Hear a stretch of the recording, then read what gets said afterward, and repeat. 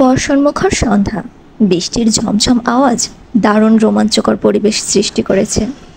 বেলকনির দরজা খোলা থাকার সুবিধার্থে ঝিরিঝিরি বাতাস বইছে গোটা কক্ষ জুড়ে। সেই বাতাস কাঁপিয়ে তুলছে তন্বীর সত্তা। ফুলের সুবাস, অর্ণবের বেসামাল ছোঁয়া এবং প্রকৃতির হৃদয় কাঁপানো হাওয়া, তিনটিই বিষাক্ত লাগছে তন্বীর নিকট। ভয় ডানা বেঁধেছে মনে। বেপরোয়া অর্ণবের ছোঁয়া গভীরের থেকেও গভীর হয়ে উঠছে। কিছু মুহূর্তেই তন্বীকে বেসামাল করে দিয়েছে। অনুভূতির জোয়ারে ভাসছে সে। ভালো লাগছে ভীষণ, আবার খারাপও লাগছে। মন বলছে যা হচ্ছে হতে দে, শরীর বলছে এখনই থামা, না হলে তোর বিপদ। তন্বীর আঁখিতে অশ্রু জমেছে। ধরে আসা গলায় রিনঝিনিয়ে বলে, আপনি যা বলবেন তাই শুনবো, প্লিজ ছেড়ে দিন, আমার পিরিয়ড চলছে। মুহূর্তে সরে যায় অর্ণব, তন্বীর পাশে শুয়ে পড়ে। দৃষ্টি রাখে সাদা রঙের দেওয়ালের পানে। হাতের তর্জনী আঙুল দ্বারা ঠোঁট মুছে। তন্বী জোরে জোরে শ্বাস টানতে টানতে জামা ঠিক করে নেয়। এতক্ষণ বোধহয় ঘূর্ণিঝড় বয়ে গেল। যা বলবো শুনবি বললি? অনবরত মাথা নেড়ে সম্মতি জানায় তন্বী। বাঁকা হাসে অর্ণব। দ্বিতীয় বিয়ে করব, অনুমতি দিবি কাগজে কলমে। উঠে বসে তন্বী, দাঁতে দাঁত চেপে তাকায় অর্ণবের মুখপানে।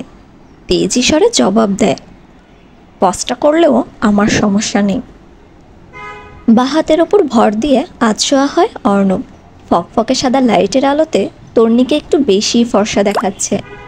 ওষ্ঠজোড়া টকটকে লাল হয়ে উঠেছে, যেন টোকা দিলেই রক্ত গড়িয়ে পড়বে। হাসি পায় অর্ণবের, তবে হাসি চেপে বলে ওঠে, আই নো দ্যাট, বড় মন তোর, তবে চারটা করব। তোর কথা ফেলতে পারি বল? একমাত্র বড় বউ তুই, তোর কোনো ইচ্ছে অপূর্ণ রাখবো না, পাক্কা প্রমিস। তন্বী জবাব দেয় না, গাল ফুলিয়ে বসে থাকে, তবে মনে মনে বেশ বকে দেয় অর্ণবকে।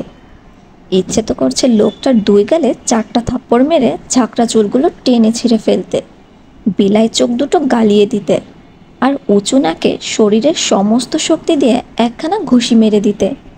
কিন্তু এসব করলে কি আর বেয়াদব লোক চুপচাপ বসে থাকবে? কখনোই না। দ্বিগুণ আঘাত করবে তন্বীকে, ঢের জানা আছে। মনে মনে দীর্ঘশ্বাস ফেলে তন্বী। তন্বীর থেকে জবাব না পেয়ে একই সুরে আবার অর্ণব বলে ওঠে, ট্রাস্ট মি মায়াবতী, বউ ছাড়া আমি জাস্ট থাকতে পারছি না। 29 বছর নারীর শরীরের স্বাদ গ্রহণ করিনি, আর কত, এবার তো উচিত। অর্ণবের কথা শুনে তন্বীর মুখ থেকে আপনা আপনি ছি শব্দটা বেরিয়ে আসে। মুখ বাঁকায় অর্ণব। দ্বিতীয় বিয়ে করি খালি, 1 মাসের মধ্যে বাচ্চা আসার মিষ্টি খাওয়াবো তোকে। তন্বী দাঁড়িয়ে পড়ে। এসব ফালতু কথা শুনতে ইচ্ছে করছে না। গুটি গুটি পায়ে এগিয়ে যায় জানালার কাছে, হাত বাড়িয়ে বৃষ্টি ছোঁয়ার চেষ্টা করে। তখনই জোরে বাতাস বয় এবং হাতের কোনোই অবধি ভিজে যায়। হাসি ফুটে ওঠে তন্বীর মুখে। অর্ণব এসে দাঁড়ায় তন্বীর পাশে, হাসি মুখখানা দেখে বলে, প্রতিদিন বারবার কল করবি আমায়, আমি রিসিভ করব না, তবুও করবি। কেটে দিব, তবুও করবি। বকা দিব, তবুও করবি। তন্বী ঘাড় বাঁকিয়ে এক পলক তাকায় অর্ণবের মুখপানে, অতপর নজর ফিরিয়ে বলে, ফোন নেই আমার। তোর টাকলু বাপকে কিনে দিতে বলবি। তন্বী খুব করে বলতে ইচ্ছে করছে, কেন রে, আমার বাপ কিনবে কেন? শালা, তুই বিয়ে করেছিস, তুই কিনে দিবি। কিন্তু এই কথা বললে লাগাম ছাড়া বেয়াদব কি বলে উঠবে আল্লাহ জানে। আপনি না বললেন এক রাত আপনার সাথে থাকলে আর মুখ দেখাবেন না? থাকলি কই, কাঁদতে কাঁদতে তো বৃষ্টি নামিয়ে ফেললি। তন্বী কিছু বলবে, তখনই অর্ণবের ফোন বেজে ওঠে। পকেট হতে ফোন বের করে। আমার দ্বিতীয় বউয়ের শ্বশুর কল করেছে, একটু কথা বলে আসি, ঠিক আছে? তন্বী ভেঙচি কাটে জবাব দেয়। অর্ণব কল রিসিভ করতেই ওপাশ থেকে ভেসে আসে আনোয়ারের গম্ভীর কণ্ঠস্বর, কোথায় তুমি? পাপা, বিয়ে করব, বউ ছাড়া থাকতে পারছি না। তন্বী চোখ পাকিয়ে তাকায় অর্ণবের মুখপানে। আনোয়ার কেসে ওঠে, বাড়ি ফিরে এসো। সকালে ফিরবো, তুমি মেয়ে দেখো। একটা না করেছো বিয়ে? প্রথম বউ অনুমতি দিয়েছে তো, কাল টাকলু শ্বশুরের থেকেও অনুমতি আনবো। তুমি জলদি মেয়ে খুঁজো। কয় টাকা ইনকাম করো তুমি যে দুটো বিয়ে করার স্বপ্ন দেখছো? বিয়েই তো আমার ইনকাম সোর্স। প্রথম বউয়ের বাড়ি থেকে যৌতুক নিয়ে দ্বিতীয় বিয়ে করব। তারপর খাওয়াবে কি? আদর, ভালোবাসা, তখনই কল কেটে দেয় আনোয়ার। অর্ণব হেসে ফেলে, চোখে হাত দিয়ে হাসতে হাসতে বসে পড়ে। বাবার পেছনে লাগতে দারুণ লাগে। তন্নি কিছু বলতে গিয়েও বলে না, ধূপধাপ পা ফেলে বেরিয়ে যায় রুম থেকে। পাশের রুমে গিয়ে দরজা বন্ধ করে দেয়। একটা মানুষ কতটা বেয়াদব হলে বাবাকে এসব কথা বলতে পারে।